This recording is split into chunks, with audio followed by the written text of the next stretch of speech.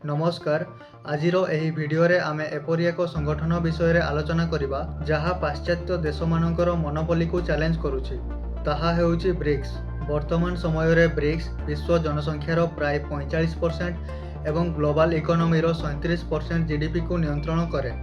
BRICS शब्दटी प्रथमे 2001 मसीहारे Goldman सैक्स रो अर्थनीतिज्ञ gym ओ nail को द्वारा व्यवहार करा जायथिला।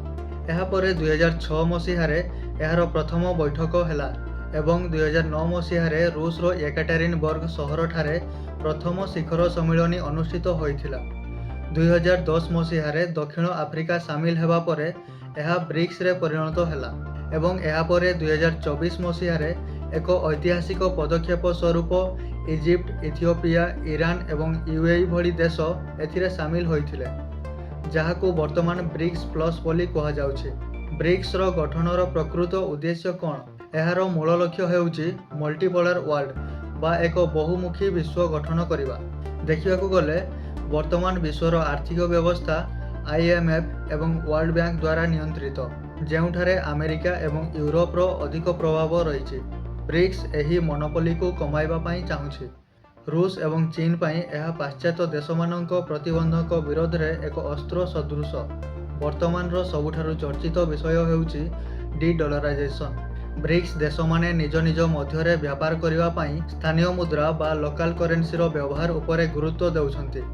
न्यू डेवलपमेंट बैंक एनडीबी को वर्ल्ड बैंक रो विकल्प भाबे तयारी करा जायछि।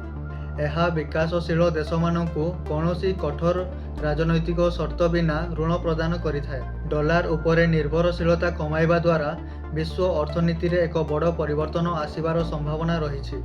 एठारे ईरान एवं यूएई भली तैल समृद्ध देशों योगदान फल ब्रिक्स वर्तमान विश्वर एनर्जी मार्केट को नियंत्रण करिबार क्षमता रखुछि।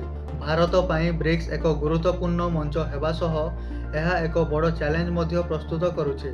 गोटेपटे भारत चाहुछि जे ब्रिक्स केवल चीन रो प्रभाव विस्तार रो माध्यम न हेउ। अन्यपटे भारत पश्चिम देशमानक सह भल संपर्क रखिबा सहित ग्लोबल साउथ रो नेतृत्व नेबाकू चाहुछि। तेबे वर्तमान ब्रिक्स प्लस एक नूतन विश्व व्यवस्थार प्रतीक।